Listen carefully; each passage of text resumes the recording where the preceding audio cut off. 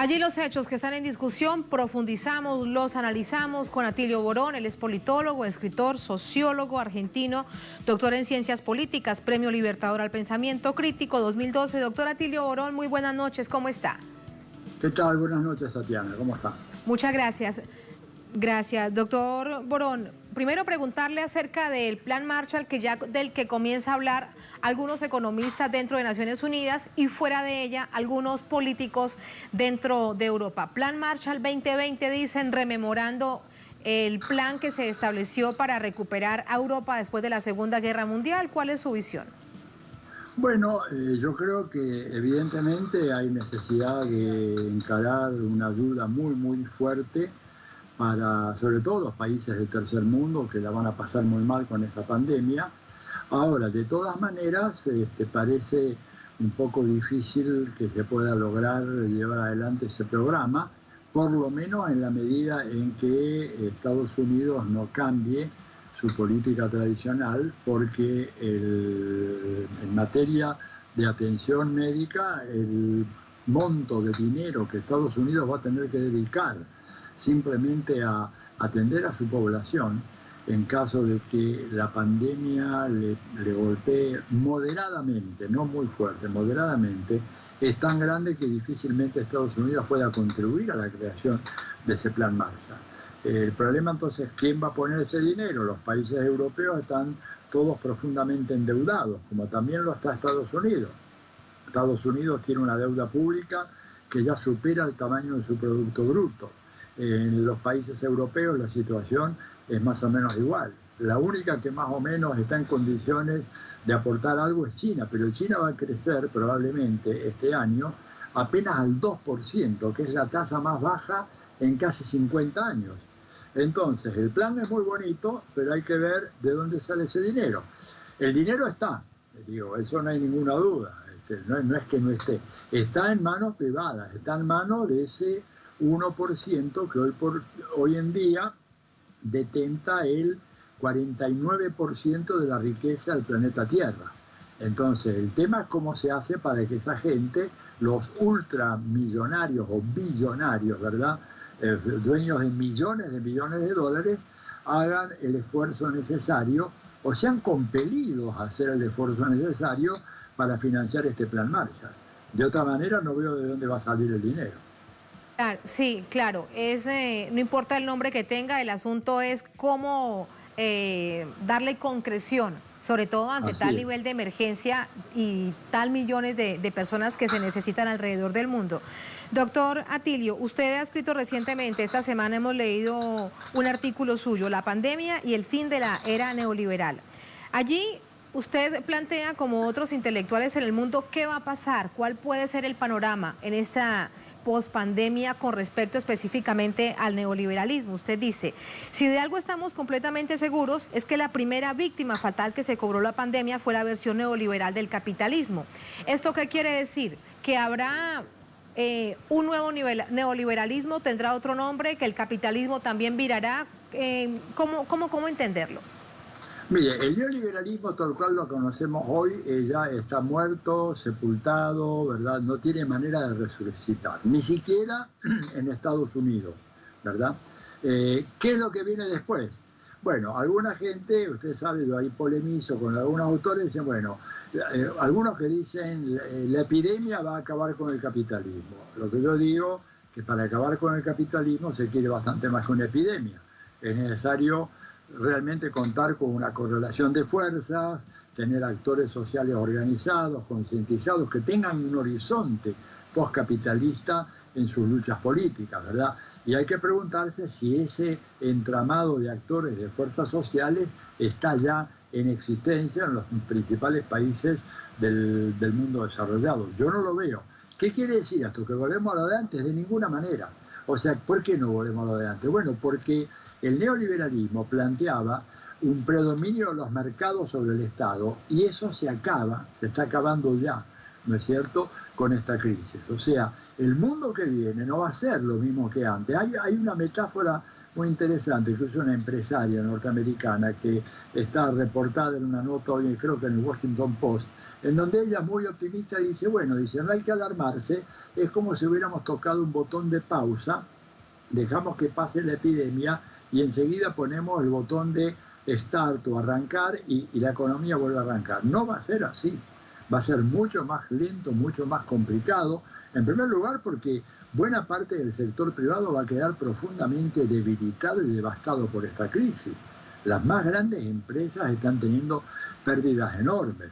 Entonces, quiere decir de que para poner en marcha todo aquello se va a requerir un modelo de intervención económica muy fuerte, yo diría, Tatiana, más fuerte del que conocimos en la época de la segunda posguerra, porque los mercados van a quedar profundamente debilitados y van a ser sometidos a una regulación muy, muy estricta por parte de las autoridades, más allá de que las autoridades sean de izquierda, progresistas o no. A ver, acá hay un hecho.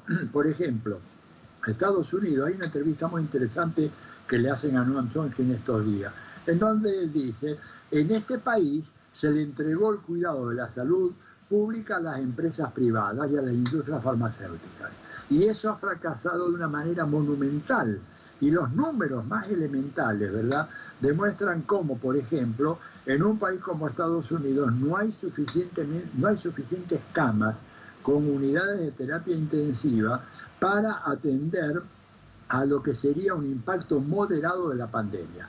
Un impacto moderado quiere decir que probablemente haya 250 a 300 mil personas en necesidad de utilizar ese tipo de camas, y resulta que el informe de la Asociación Americana de Hospitales dicen que a lo máximo hay 64.000, pero de las cuales una buena parte están ocupadas con pacientes crónicos. ¿Y esto por qué? Bueno, porque se redujo el número de camas que había en los hospitales privados en los Estados Unidos. ¿Sabe para los efectos de qué? De que haya una tasa de ocupación por encima del 90%, porque eso mejoraba las ganancias de los hospitales privados. Entonces, esto es lo que dice Chomsky. Indudablemente, la indignación del público americano al ver que de repente encuentra el vicegobernador de Texas, ¿no es cierto?, diciendo que, bueno, los ciudadanos mayores de 70 años tendrían que hacer un sacrificio y morir por el bienestar de la economía americana, o sea, aceptar, digamos, este desastre que produjo el sistema privado de salud, morirse para hacer posible que el sistema siga igual. Bueno, eso es absolutamente inviable políticamente. Y creo que la agresividad... Pero doctor Atilio Borón, fíjese usted que sí, ese mismo testimonio de este político, de este vicegobernador, bueno, que circuló tanto en las redes sociales, lo que uno dice cuando lo ves no es de sorprender, porque eso es lo que piensan. Aquí la diferencia es que lo dijo. Y allí mismo hilaría entonces otro asunto que ya usted planteaba. Si hay un necesario cambio, porque además el mundo nos llevará hacia eso, con un proceso poscapitalista diferente al neoliberalismo, hablemos además de la cantidad de resistencias, de ese 1% que tiene la mayoría del dinero del mundo, que podría ayudar a cambiar las cosas, pero que no lo va a querer hacer. Bueno, pues ahí va a haber que aplicar la fórmula que recomendaba Barack Obama, ¿no es cierto?, que no se lo puede acusar de ser un extremista, terrorista ni nada, cuando él dijo, siendo presidente, que a veces a los amigos hay que torcerles un poco el brazo por la fuerza para hacer lo que el gobierno considera que es necesario. Y yo creo que ha llegado la hora de torcer muchos brazos, no solamente en Estados Unidos, también en Europa, también en América Latina, donde los niveles de concentración de la riqueza son absolutamente escandalosos y ese mundo no va a volver. O sea, después de esta pandemia, lo que yo puedo asegurarte es que va a venir un modelo sociopolítico híbrido que no va a ser el socialismo probablemente en su sentido más ortodoxo, pero va a tener muchos elementos de lo que sería un proceso socialista mezclado con un capitalismo muy recortado por el recorte muy fuerte que va a tener los mercados y por esta transformación del orden internacional en donde países como China y como Rusia desplazan a los que fueron los socios tradicionales de Estados Unidos, que fueron la Unión Europea, que hoy está en ruinas. Yo he visto mismo ahí en Telesur al presidente de Serbia presentarse llorando, diciendo cómo en Europa no ha habido ninguna ayuda. La ayuda vino de Cuba, vino de Rusia, de otros países, y China, que desplaza por completo a Japón. Entonces tenemos un escenario internacional totalmente cambiado, donde la tríada tradicional, Estados Unidos, Unión Europea, Japón, ya no corre más, ahora Estados Unidos, China y Rusia, y por dentro de los países procesos de reconstrucción muy fuerte del Estado, regulación, control sobre los mercados y procesos de desprivatización que van a estar facilitados, Tatiana, por el hecho de que esta pandemia y el aislamiento ha desarrollado nuevas formas de solidaridad y de sociedad. Y esto es un tema que siempre los estrategas norteamericanos tenían mucho temor. Cuando ellos hablaban sobre el tema de la Internet y las redes sociales, por ejemplo, quien a mi juicio fue el más grande estratega que tuvieron en los últimos 30 años, que fue Zbigniew Brzezinski, Brzezinski decía, cuidado con esa ilusión de que la comunicación fácil y las redes sociales van a facilitar la difusión de la cultura norteamericana.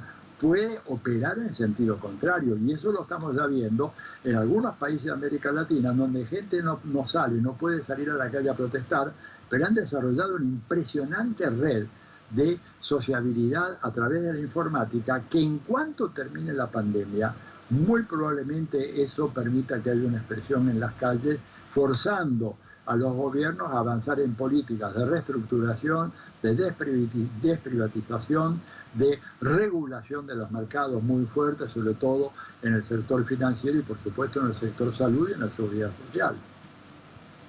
Y en este sentido me queda algo por preguntarle, el papel fundamental que deberán jugar los pueblos, y no solamente me refiero a movimientos sociales, movimientos organizados en sí mismos, los pueblos que están sufriendo toda esta situación, en términos generales, en este mundo del sistema capitalista, muy golpeados por un sistema público que ya prácticamente no existe.